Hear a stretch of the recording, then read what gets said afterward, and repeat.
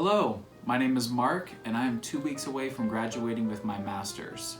If you're a grad student like me or a student looking at graduating at the end of this semester, I'm sorry, bad year for it. I was assigned to make this video regarding tools and tips for how to address behavioral issues, the goal of it being able to be reused for general practitioners. Because I'm a millennial, I like to look at YouTube videos and I like to get inspiration from there. I could read all the papers I want, but point being, I prefer to look at a screen and someone else explain it to me.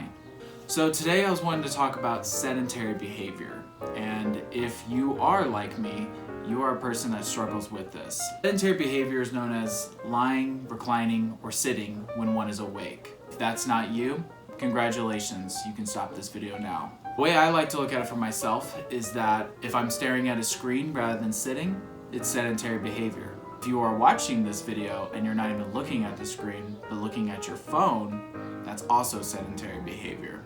We can all admit that we've fallen prey to this from time to time. For the rest of this video, it feels kind of hypocritical for me to just be sitting and talking about sedentary behavior. So we're gonna go on a walk. And during that walk, I'm gonna explain and summarize some of the stats and resources I have found. I hope this helps, and yeah, let's get a move on. If you have started going to college, you may have noticed that you're not as active as you used to be, and find yourself feeling lethargic, procrastinating with assignments or activities. Also, you may find yourself feeling overwhelmed by school, work, and family responsibilities, making it difficult to focus on any task. If you have, you're not alone, and we call these symptoms depression and anxiety. When researching the prevalence of mental health and physical health, I found a survey where 400 counseling directors in the US reported anxiety and depression as the top requests for students seeking therapy. And I've also noticed a steady increase of severe anxiety and depression.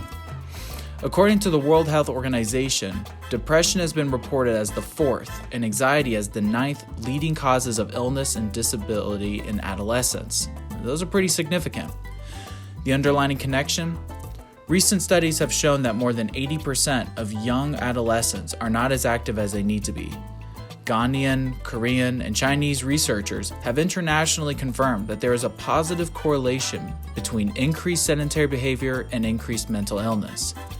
These researchers and many others have sought to address how anxiety and depression have been impacted by sedentary behavior and what reasons could students have for being more sedentary. Ghanaian researchers attributed the rise of sedentary behavior to the increase of vehicular transportation over the past decades. Korean researchers attributed the rise of sedentary behavior to academic stressors like an exam preparation.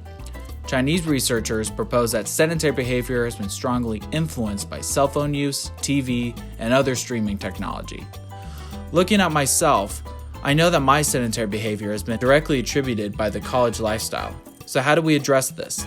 Holistically, we cannot treat our mental illness without treating our physical symptoms.